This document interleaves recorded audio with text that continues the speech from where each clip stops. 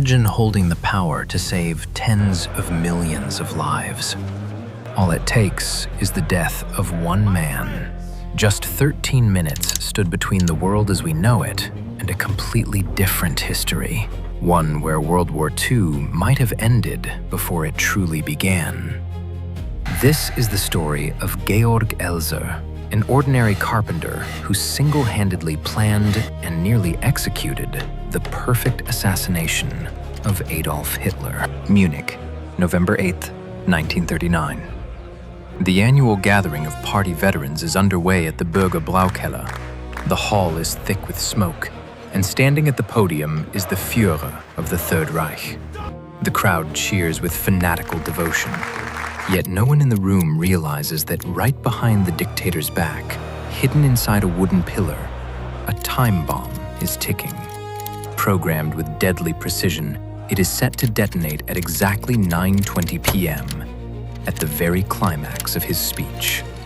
Who was the man behind the bomb? He wasn't an intelligence officer, a politician, or a seasoned conspirator. Johann Georg Elser was a simple craftsman from Swabia, a sharp, quiet carpenter who refused to be seduced by Nazi propaganda. When others raised their arms in the fascist salute, he remained silent. As early as 1938, he realized one terrifying truth. The dictator was driving Germany toward absolute ruin. Elser made his choice. Hitler had to die. He worked alone, trusting absolutely no one. His plan required superhuman patience. He knew that every year, on the exact same date, Hitler spoke at this specific beer hall. In August 1939, Elser rented a room in Munich and became a regular at the tavern. For over 30 consecutive nights, he stayed hidden inside after closing time. Waiting in the darkness for the last staff to leave, he would then use the faint glow of a blue cloth-covered flashlight to hollow out a cavity in the thick pillar, centimeter by centimeter. It was grueling, agonizing work. Every strike of the chisel had to be muffled. Elser synchronized the noise of his tools with the sound of the hall's automatic flush toilets. He meticulously collected all the debris into small bags, smuggling them out of the building unnoticed every morning.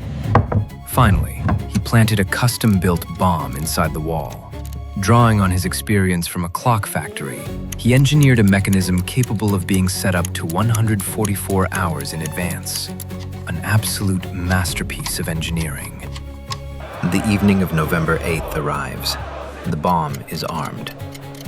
Elser has already left the city, making his way toward the Swiss border.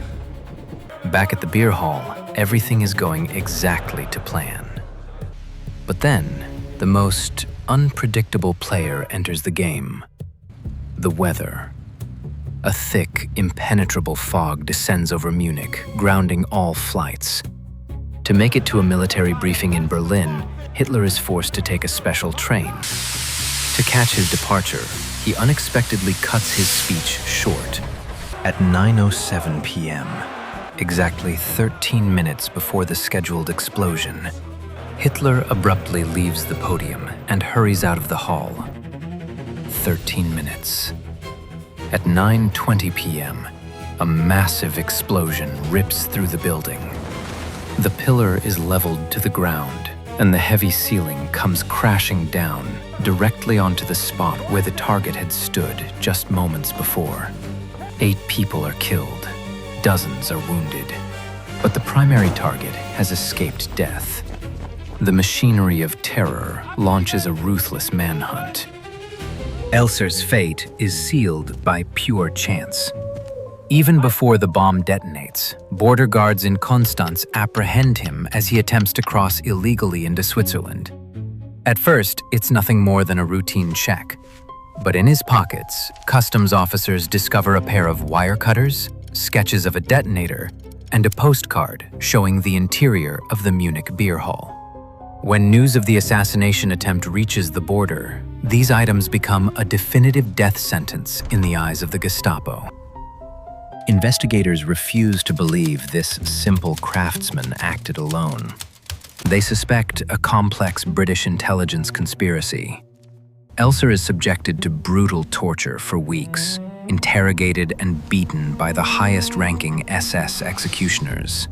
Yet, despite unimaginable agony, his story remains unwavering.